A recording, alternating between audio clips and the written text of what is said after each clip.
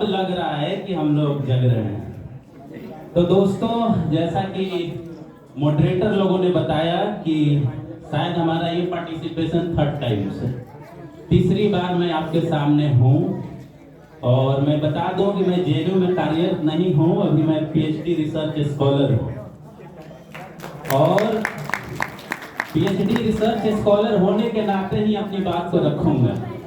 बहुत बड़ी बड़ी बातें नहीं होंगी क्योंकि बच्चे भी हैं यहाँ और बैचलर भी हैं, गार्जियन कैटेगरी के भी लोग हैं और लगातार हम लोग इस फोरम पे बात करते रहे हैं। लेकिन कुछ सीरियस बातें भी मैं करूंगा। ऐसा नहीं कि केवल जोक होंगी या मैं कुछ हंसाने का प्रयास करूंगा, कुछ सीरियस बातें भी होंगी क्योंकि हमारा फील्ड एकेडमिशियन का है, एकेडमिक्स का। और एकेडमिशियन होने के नाते केवल नॉन सीरियस बातें मैं नहीं करूंगा। तो सबसे पहले तो जो ऑर्गेनाइजर्स हैं उनको धन्यवाद कि उन्होंने फिर से हमको मौका दिया अपना बात रखने के लिए। और बात रखने से पहले, शुरू करने से पहले मैं एक बहुत अच्छा सवाल आपसे करूंगा, बड़ा सिंपल सवाल, क्योंकि यहाँ बच्चे भी हैं, गार्जियंस भी हैं, बड़े बुजुर्ग भी हैं जो हमारे लिए सम्मानित हैं, उनका एक्सपीरियंस और बाकी चीजें। इसमें बहुत सारे बच्चे हैं, बहुत सारे गार्जियंस हैं। उन सबसे एक सिंपल ये सवाल मैं करना चाहता हूं कि कितने लोग हैं, या बच्चे भी इसका जवाब दे सकते हैं हाथ उठा करके, इसमें कितने लोग हैं, पहले गार्जियन से सवाल है, कि अपने बेटे या बेटी को नेता बनाना चाहते हैं? हाथ उठा के बताइए। हाथ उठा के गार्जियन लोगों को बताना है कि कितने लोग अपने बेटा या बेटी को नेता बनाना चाहते हैं। इधर भी, लेकिन बहुत सारे हाथ नहीं उठे, पीछे से काफी हाथ दिख रहे हैं, बहुत लोगों ने नहीं उठाया। अब बच्चों से मैं पूछना चाहता हूं, बच्चे आप लोग थोड़ा ध्यान दीजिएगा, ध्यान दीजिएगा। मैं पूछना चाहता हूं कि आप लोगों में से कौन व्यक्ति या कौन बच्चा आने वाले समय में भारत का प्रधानमंत्री बनना चाहता है?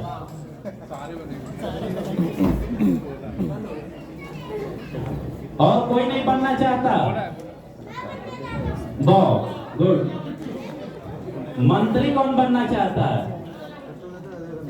अच्छा, एक चीज देखिए, एक सर्वे हो गया यहाँ पे और ये सर्वे में ये पता चल रहा है प्रधानमंत्री कोई बनना चाहता है तो वो भी नेता ही होता है इस देश का।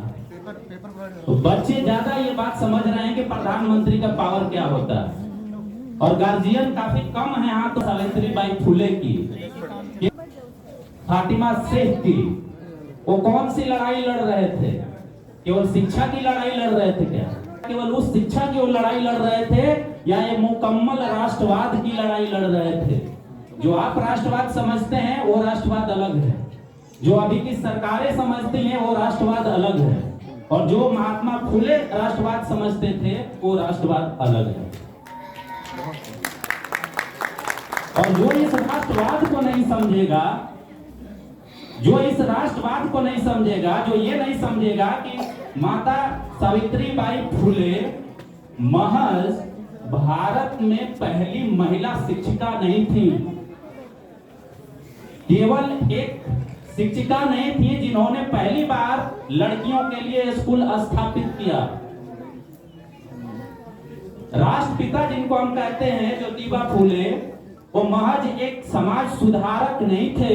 इस बात से ऊपर उठ के सोचिए, जिनके ये षड्यंत्र होते हैं कि उनको केवल बताएं कि समाज सुधारक थे, वो हमेशा समाज सुधारक ही बताएंगे, उससे ऊपर एक राष्ट्रीय नेता नहीं बताएंगे। स्टेट्समैन, उनके लिटरेचर को थोड़ा सा भी कोई पढ़ा होगा तो उसमें आपको पता चलेगा कि ब्राह्मणवाद का विकल्प वो बता रहे थे। जो ब्राह्मणवाद की विचारधारा है, जो अभी के राष्ट्रवाद की विचारधारा है, उसके विकल्प को अगर किसी ने बताया इस देश में, पूरे देश में मैं बोल रहा हूं, इस देश में ब्राह्मणवादी विचारधारा या ब्राह्मणवादी राष्ट्रवादी विचारधारा का विकल्प किसी ने बताया तो वो है राष्ट्रपिता ज्योतिबा फुले। ये फैक्ट आपको नहीं बताया जाता, ये फैक्ट आपको नहीं बताया जाता। बहुजनवाद की विचारधारा का अगर कोई नायक है तो वो राष्ट्रपिता ज्योतिबा फूले हैं। किसने बहुजन शब्द का उद्भेदन किया था? जो बहुजन बहुजन बहुजन आज हम चिल्लाते हैं, इस बहुजन शब्द को गढ़ा किसने था? ईबी रामास्वामी पेरियार से लेकर मानवर काशीराम से लेकर बहुजन राजनीति की आज जो विचारधारा चल रही है, उसके पिता कौन हैं?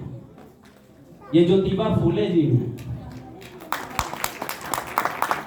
पहली बार राष्ट्रीय इतिहास में, भारतीय इतिहास में कोई व्यक्ति ये बोला बहुजन शब्द, तो उन्होंने वो थे ज्योतिबा फूले। उनका लिटरेचर उठा के देखिए, वहीं से प्रेरित हुआ ईबी रामास्वामी नायकर का आंदोलन, justice party, self respect movement. कौन बताता है हमको और आपको? कोई नहीं बताता। और उनकी हम जयंती मना रहे हैं। और ये जब जयंती मना रहे हैं तो हम बार बार ये सवाल पूछते हैं, हम अपने से भी पूछते हैं कि हमें अभी तक क्या बताया गया? हमें ये बताया गया है कि इस देश का सबसे पुरानी सभ्यता जो है वो वैदिक सभ्यता है। कभी इतिहास को अलग तरीके से देखने ही नहीं दिया गया, और वो दृष्टिकोण देता है फूले। शिक्षा के माध्यम से उनकी रचनाओं को पढ़िए। जो फूले काव्य है, उस काव्य में ये लिखा गया कि तुम शिक्षा और धन अर्जित करो। सबसे पहले अगर तुमको विकसित होना है, शिक्षित होना है, मजबूत होना है, तो सबसे पहले तुम शिक्षित बनो और धन अर्जित करो।